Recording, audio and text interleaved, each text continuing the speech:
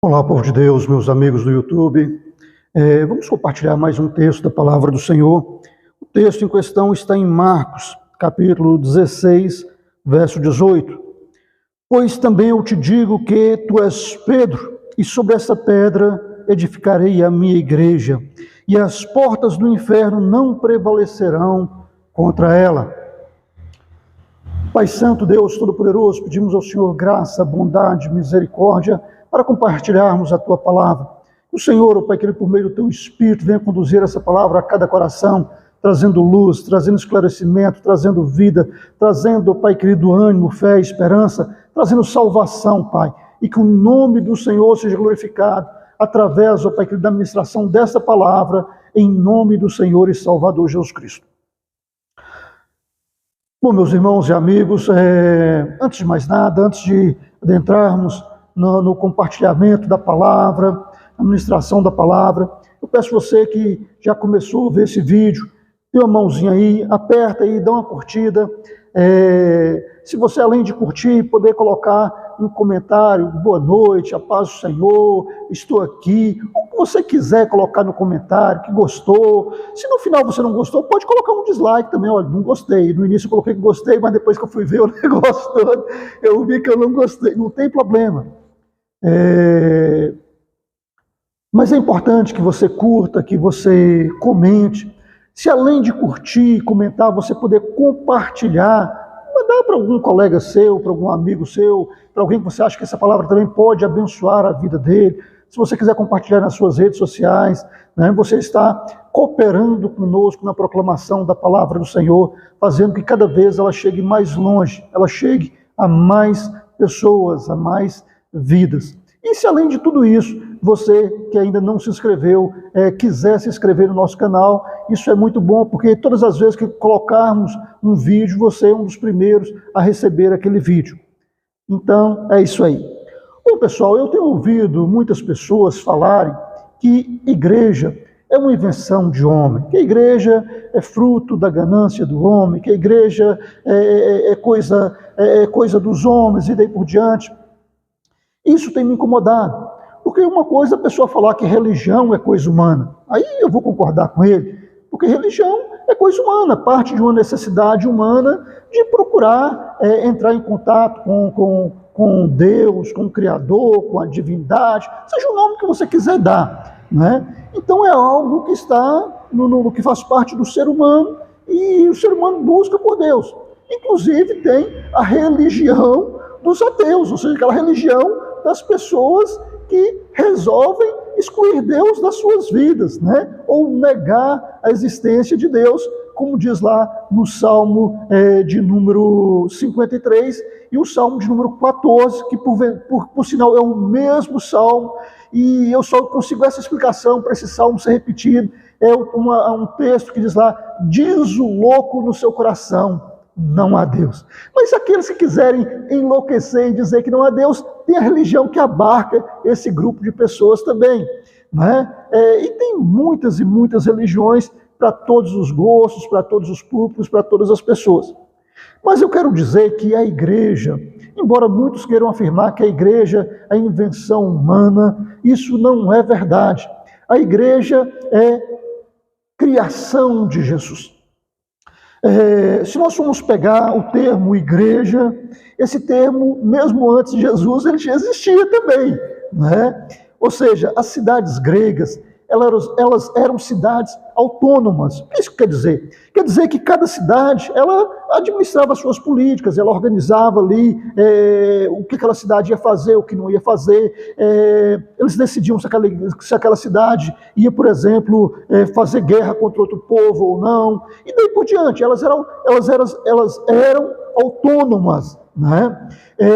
Então, quando precisava resolver alguma situação mais grave, alguma situação, então o arauto, né, uma pessoa que ficava num lugar elevado, num lugar alto, provavelmente num monte ou numa torre, ele tocava uma buzina ali, uma corneta, um instrumento né, um sino e tal, tocava alguma coisa, e quando as pessoas ouviam aquele toque, ouviam aquela trombeta, eles saíam, né, aqueles que estavam trabalhando, que estavam na lavoura, que estavam cuidando do gado, aquele que estava em casa, não importa onde a pessoa estivesse, ele saía dali e se ajuntava a um local determinado.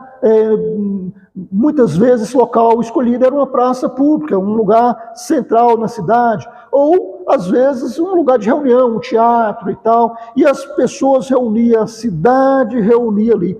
Então essa convocação e esse ajuntamento recebia o nome de eclesia, ou seja, os chamados para fora.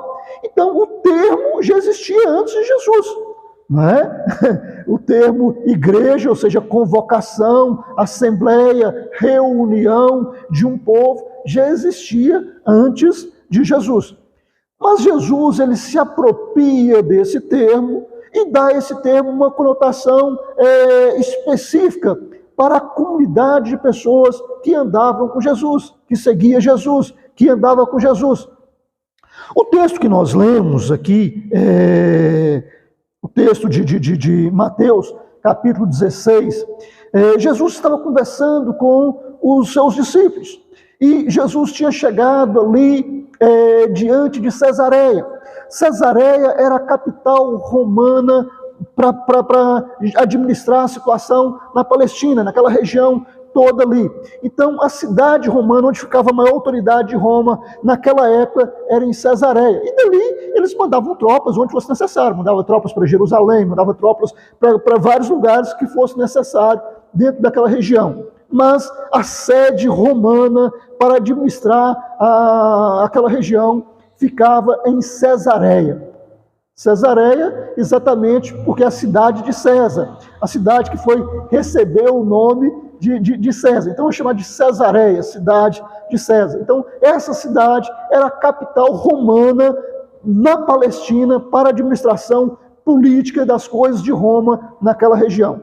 E Jesus estava exatamente de frente de Cesareia, de frente da cidade que era a capital romana para a administração das políticas romanas para aquela região. E Jesus então pergunta para os seus discípulos: olha, quem diz as pessoas ser o Filho do Homem? Quem diz as pessoas que eu sou? E aí uns dizem que o Senhor é um dos profetas que se levantou com autoridade, outros dizem que o Senhor é Jeremias, que o Senhor é Elias, que o Senhor é não sei o quê. E Jesus virou para eles, então: e vós? E vocês que andam comigo todos os dias, que estão comigo todos os dias, quem eu sou para vocês? E Pedro, então, representando aquela comunidade que andava com Jesus, aquele grupo de pessoas que andava com Jesus, disse então: tu és o Cristo, o Filho do Deus vivo. E Jesus, então, fala com ele para não falar aquilo para ninguém naquele momento, ainda não era a hora de trazer essa proclamação, de trazer esse ensinamento, de trazer essa orientação. E Jesus fala: eu também te digo que tu és Pedro, ou seja, Pedro teve uma revelação de que Jesus era o Filho de Deus. E Jesus deixa muito claro que aquilo não veio da sabedoria de Pedro, que aquilo não veio de um recurso próprio, de um recurso humano, mas que o Espírito Santo de Deus o conduziu àquela revelação, a alcançar aquele entendimento, aquela compreensão. E Jesus falou: eu também te digo que tu és Pedro, e sobre essa pedra edificarei a minha igreja, e as portas do inferno... Olhando para Cesareia, eu estou olhando para Cesareia, e as portas do inferno, a capital romana para a Palestina, e as portas do inferno não prevalecerão contra ela. Então, Jesus apropria desse termo, que já era um termo existente, já era um termo que era usado nas cidades gregas para assembleia, para reunião que os gregos tinham para resolver as demandas da cidade. Jesus se apropria desse termo para chamar as pessoas que faziam parte daquela comunidade, daquelas pessoas que estavam andando com Jesus, que comiam com Jesus, que dormiam com Jesus, que iam onde Jesus ia. Então Jesus fala que ele edificaria a igreja. Então a igreja de Jesus, ela não é edificação humana. Ela não é edificação humana. Eu estou aqui num templo, um templo muito bonito, um templo muito aprazível, né, muito gostoso estar, mas isso não é igreja, é tão somente um edifício, uma construção que demandou muito recurso, que demandou muito esforço, muito trabalho, muita dedicação, mas é apenas um templo. Isso não é igreja. A igreja, agora, quando o povo de Deus reúne aqui é a igreja, porque a igreja é exatamente essa comunidade de Jesus que reúne, ou seja, que sai do mundo, que sai das trevas, que sai de uma condição de inimiga do Senhor, e que agora são convocados, são chamados para andar com o povo de Deus, para se tornar o povo de Deus, para se tornar a comunidade de Deus, para se tornar a família de Deus. Então, a esse ajuntamento do povo de Deus, Jesus então se apropria do termo grego lá e aplica esse termo agora ao ajuntamento do seu povo, da sua comunidade, a minha igreja. Eu edificarei a minha igreja, e as portas do inferno não prevalecerão contra ela.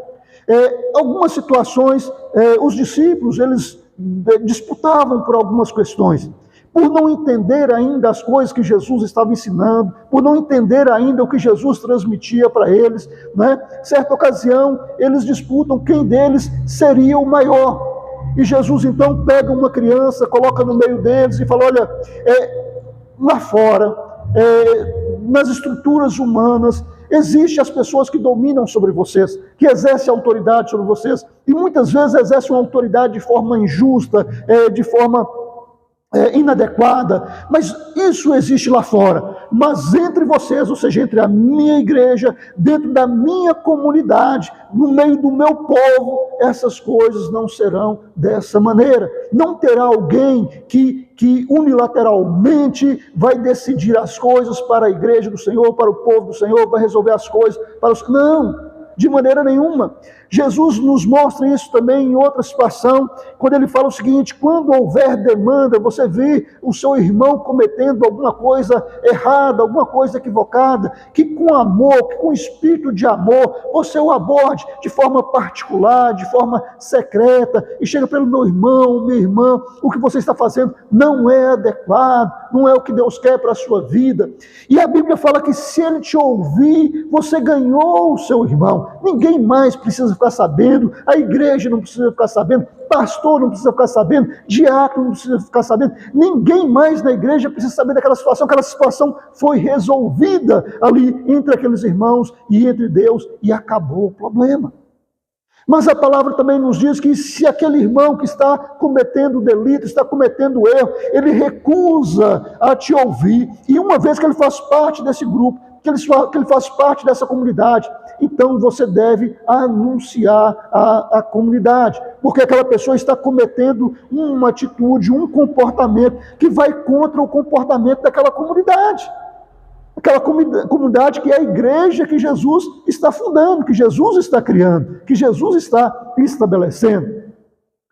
Então, se ele recusar ouvir você, então você leva o assunto à igreja. E se ele recusar ouvir a igreja, então considere-o como alguém que não faz parte mais da igreja, como alguém que não faz parte mais daquela comunidade, porque aquela pessoa, ele foi advertido particularmente, ou seja, no secreto, no particular. Não ouviu, não quis escutar, não quis mudar de procedimento. Ele foi advertido, então, publicamente, no meio da comunidade. E recusou também escutar a comunidade, ouvir a comunidade, a igreja do Senhor. Então, uma vez que essa pessoa não quer se enquadrar nos parâmetros da comunidade, da igreja do Senhor, então ele não deve fazer parte dessa igreja. Ele vai procurar um outro lugar para ele. Tem muitas religiões aí, tem muitos que pensam de um jeito, de outro, de uma maneira, de outra maneira, e a pessoa é livre para fazer. O que você não pode estar dentro de uma comunidade que está ali para servir a Deus, para glorificar a Deus, e que querer ter um comportamento totalmente diferente, uma vez que eu já sei que a comunidade não adota aquele comportamento, porque não é um comportamento que foi estabelecido por Jesus. Então, mostrando que foi Jesus que criou a sua igreja. Mais à frente, depois da ressurreição de Jesus, Jesus fala com seus discípulos para que permanecessem em Jerusalém até que do alto fossem revestidos de poder. O que aconteceu no dia de Pentecostes, que diante da multidão que estava ali veio o Espírito Santo de Deus em forma corpórea, como que em forma corpórea de línguas, como que de fogo, pousou sobre cada um deles, e eles começaram a falar em outras línguas, conforme o Espírito Santo lhes concedia que falasse. Ou seja, uma pessoa começou a falar de repente o hebraico, começou a falar outra língua de outra região lá, o grego, o latim, e daí por diante, outras línguas de acordo com o Espírito concedia, porque naquele período em Jerusalém tinha pessoas do mundo todo para participar da festividade de Pentecostes. Então, ali então, surge a igreja do Senhor, vai sendo estabelecida, ou seja, aquele povo que andava com Jesus, aquela comunidade que andou com Jesus, que comeu com Jesus, que viveu com Jesus, que esteve com Jesus, agora recebeu o cumprimento da palavra do profeta Joel, que nos últimos dias o Espírito Santo viria sobre toda a carne, sobre os jovens, sobre os velhos, sobre as mulheres, sobre os homens, sobre a criança de peito, sobre o servo, sobre a serva, e sobre todos viria o Espírito. Ninguém fica de fora dessa bênção, ou seja, o idoso vai ser contemplado, a mulher vai ser contemplada, o homem vai ser contemplado, e até mesmo os servos que tinham na época os escravos eram contemplados também, porque o Espírito veio exatamente para trazer libertação, para trazer soltura, para trazer uma obra que só Deus pode fazer nos corações nossos. E ali então a igreja, a comunidade de Jesus, passa a ser, de certa forma, visível. Uma igreja visível, um grupo de pessoas identificáveis, ou seja, tem um grupo de pessoas ali que reúne para adorar o Senhor. Mais tarde, essas pessoas passaram a ser chamadas como os do caminho, ou seja, aquelas pessoas que seguiam um único caminho. Embora tivessem muitos caminhos, mas eles seguiam a orientação de Jesus, que dizia: eu sou o caminho, eu sou a verdade, eu sou a vida, ninguém vem ao Pai a não ser por mim. Então eles passaram a ser chamados os do caminho, não é? Então a igreja de Jesus começa então a crescer, começa a andar. Lembrando que a estrutura de Jesus era que na igreja não existisse uma pessoa que dominasse. Então, mais à frente, em Atos dos Apóstolos, você vai ver, então, vai percebendo que as situações que ocorriam na igreja nunca eram resolvidas unilateralmente, por uma única pessoa, mas eram resolvidas por um colegiado, pela comunidade. A comunidade reunia, ou seja, igreja é exatamente a reunião do povo de Deus, reunião daqueles que são chamados para estar em Cristo, são chamados para viver com Cristo, são chamados para representar Cristo aqui na terra.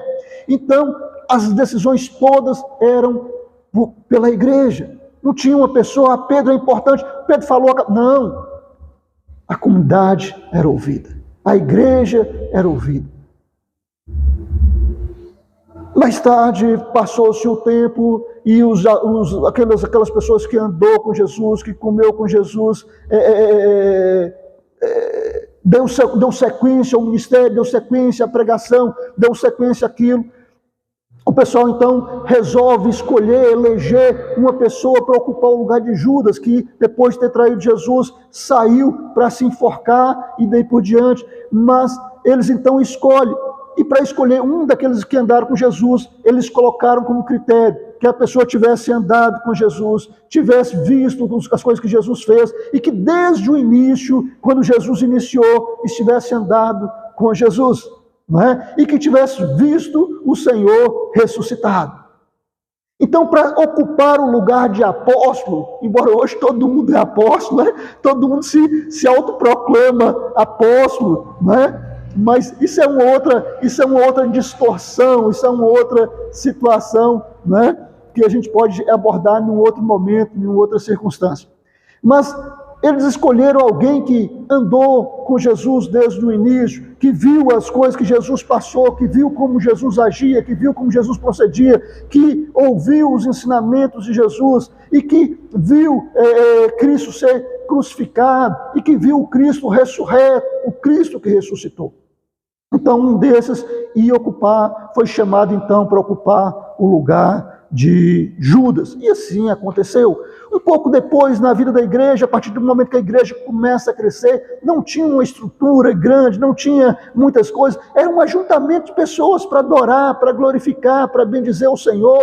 E ali as pessoas, como achavam que Jesus ia voltar a qualquer momento, eles pegavam, nem se fala nessa estrutura que Jesus cria agora, sobre dízimos, sobre ofertas, não se fala sobre nada disso, mas fala que as pessoas, como eles acreditavam que Jesus ia voltar naqueles dias, e algumas pessoas cujo o coração foram tocados por aquilo, tendo alguma propriedade, vendiam as propriedades e depositavam aqueles recursos aos pés dos apóstolos. E estes, por sua vez, por meio da igreja, distribuía aos santos, aos crentes, as pessoas que compunham essa comunidade, à medida que alguém tinha necessidade. De maneira que fala que entre da igreja do Senhor, ninguém tinha falta de coisa alguma. Ninguém, porque o que todos tinham era para todos. Não tinha um negócio de um ter muito e o outro não ter nada, mas todos igualmente eram.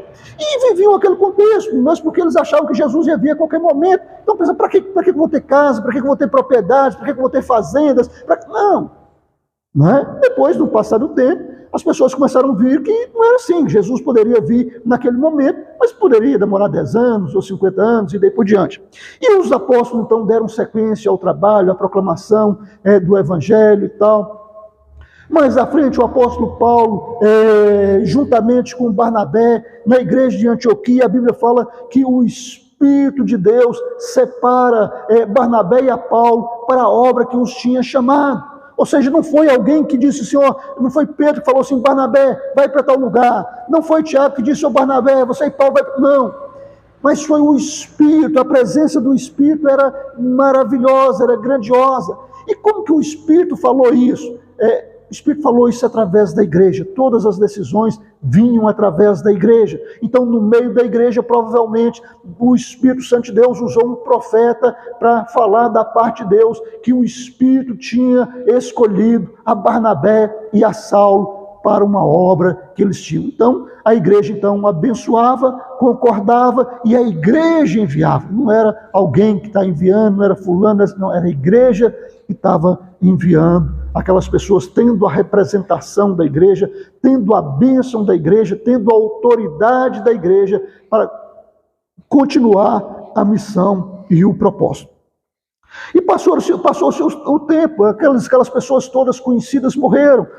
Pedro morreu, Paulo morreu, Marcos morreu, Mateus morreu, Lucas morreu, João foi um dos últimos, mas morreu também, embora alguns acreditavam que ele ia ficar até a volta de Jesus, mas isso era apenas um boato, em lugar nenhum Jesus fala que isso iria acontecer, não é? Mas João também morreu, demorou, mas morreu também, não é?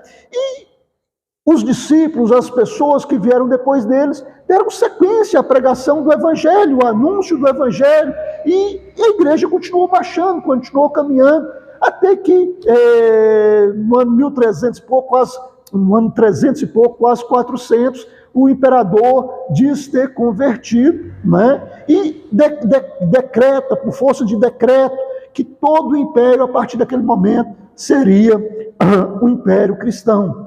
E aí, então, por força de lei, por força de decreto, torna, então, todo o lugar onde Roma dominava como cristão. E aquelas pessoas que antes eram perseguidas pelo império, aquelas pessoas que sofriam ali contra as portas do inferno, agora misturou tudo, juntou tudo, e ninguém era perseguido mais, pelo contrário, agora a pessoa era beneficiada pelo Estado, agora quem era perseguido agora tinha isenção de imposto, porque agora o imperador é um cristão e quem faz parte do clero não paga mais imposto.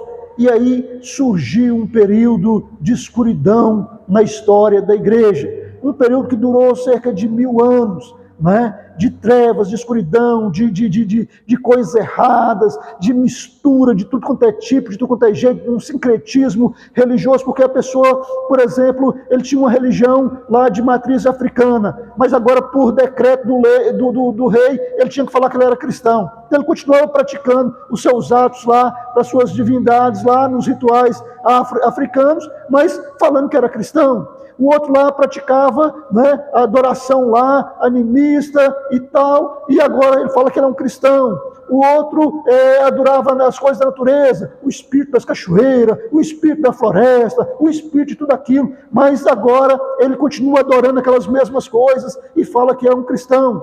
Então não houve mais conversão. Então isso trouxe as trevas para dentro da igreja, trouxe a escuridão para dentro da igreja, maculou a igreja do Senhor, e durante 1000 anos aproximadamente, cerca de 1000 anos, foi isso, um período de trevas, um período de escuridão, um período que a igreja mais avançou, mais cresceu, mais enriqueceu, mais ganhou dinheiro, mas mais longe ficou da presença do Senhor.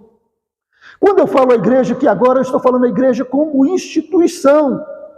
Nesses 1000 anos, pastor, então que todo mundo se corrompeu, todo mundo se... Não, com certeza teve homens e mulheres no decorrer desses 1000 anos que não beijaram os pés de Baal, que não se corromperam, que denunciaram, que proclamou contra, que profetizou contra aquelas maldades, que profetizou contra aquele comportamento, e por causa disso foram perseguidos pela própria igreja, como hereges, como alguém que estava querendo desarmonizar a igreja, pôr a igreja em desordem. Não, estava proclamando a palavra de Deus, falando que para ser igreja de Jesus verdadeiramente, tem que ser saído para fora, tem que sair para fora. Sair para fora de quê? Sair para fora de onde? Sair para fora da escuridão, sair para fora das trevas, sair para fora da idolatria, sair para fora da corrupção desse mundo, para adotar os princípios e valores que Jesus trouxe para a sua igreja, a igreja que ele fundou, a igreja que ele estabeleceu.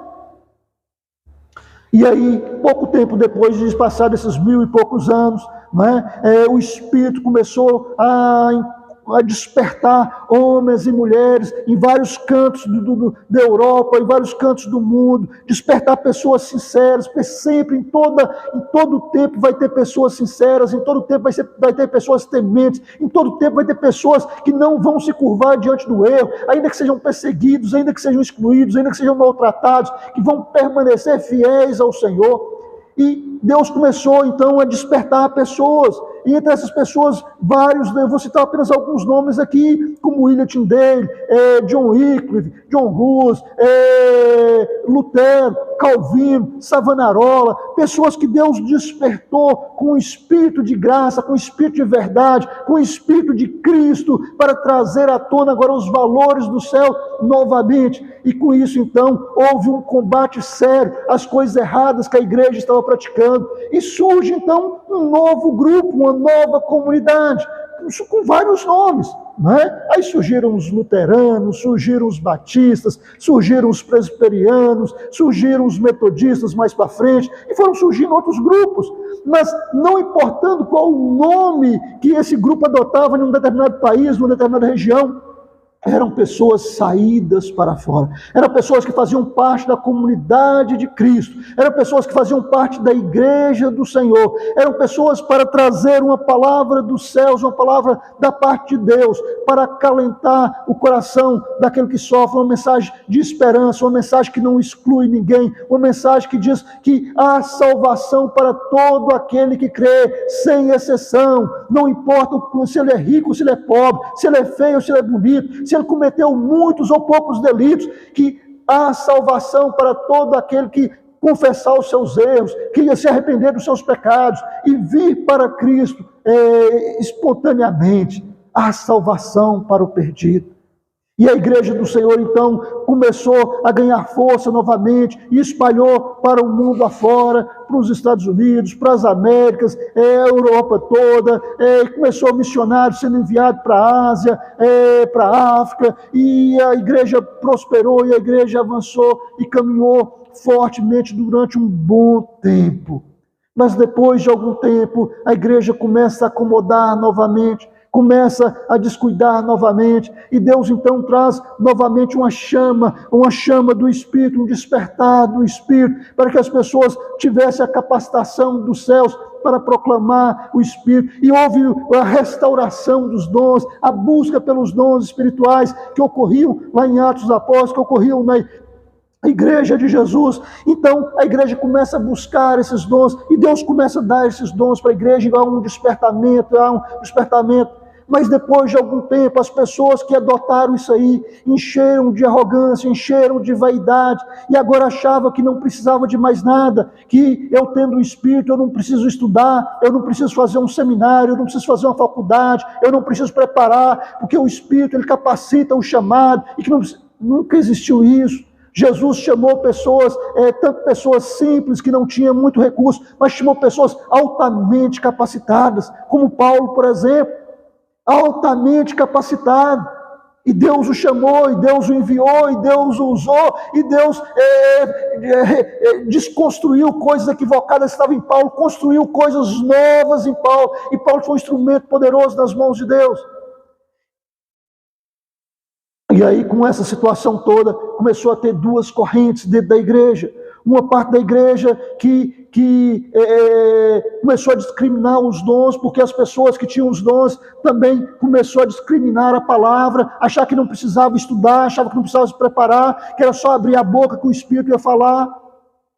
E a igreja começou então a ter esses dois lados, pura ignorância, pura estupidez. Porque Jesus fala que nós precisamos das Escrituras, das Escrituras e do poder de Deus. Eu não posso ficar só com as Escrituras, porque só o conhecimento enche, o conhecimento mata. Se ficar só no conhecimento, mas eu preciso do conhecimento das Escrituras, mas eu preciso da capacitação de Deus para aplicar essa Escritura na hora certa, no momento certo. Como diz a palavra dita ao seu tempo, quão boa ela é. E para finalizar, nós já falamos muito tempo, vamos pegar de forma agora específica aqui no Brasil, sobretudo no ano passado, no ano de 2022, houve um fenômeno muito esquisito na vida da igreja, que os principais líderes das igrejas evangélicas, das mais diferentes denominações, começou um comportamento muito estranho, um comportamento muito equivocado, um comportamento muito diferente de tudo aquilo que Jesus ensinou, e se aliançou com um determinado político, e levou esse político para dentro da igreja, e começou a adorar esse político, e começou a exaltar esse político, e começou a colocar esse político num pedestal, como se fosse um semideus, passou a ser chamado de mito dentro da própria igreja, e a igreja cometeu uma heresia terrível, cometeu um pecado terrível, porque distanciou dos propósitos do Senhor, distanciou da visão do Senhor, distanciou dos ensinamentos de Jesus,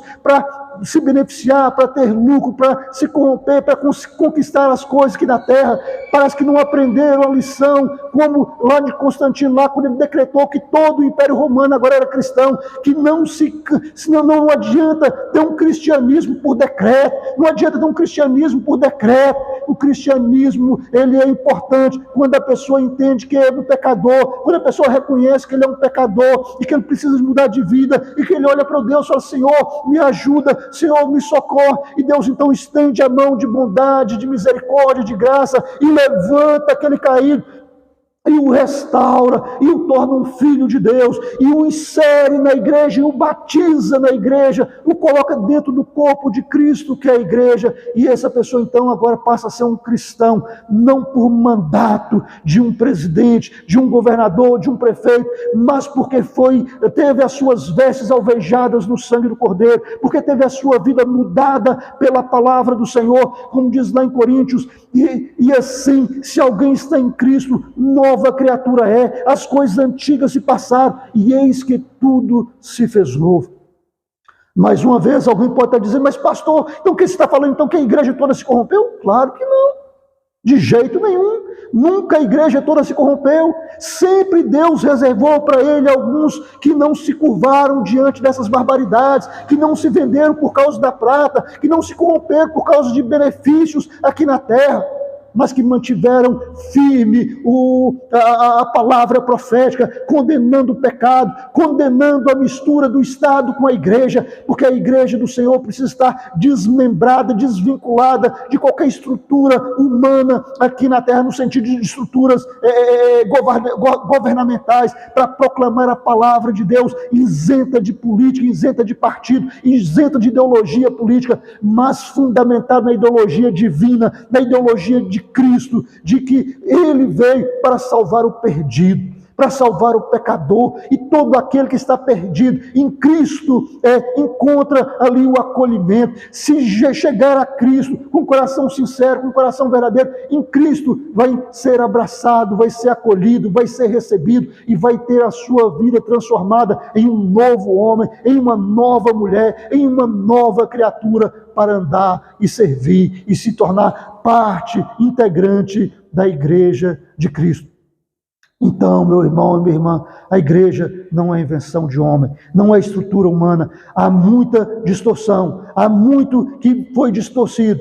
Hoje tem igreja que é de uma pessoa, essa igreja não é de Cristo, é do fulano de tal. Mas tem a igreja de Cristo, daqueles que continuam servindo a Cristo, buscando a Cristo, adorando a Cristo, pregando a palavra de Deus, para que todo que crê em Cristo Jesus não pereça, mas tenha a vida eterna. Então, um grande e forte abraço, que você aceite o convite para se tornar parte da igreja de Jesus e seja um filho, uma filha de Deus. Que o Senhor te abençoe e um grande e forte abraço e até a próxima, se Deus assim nos permitir.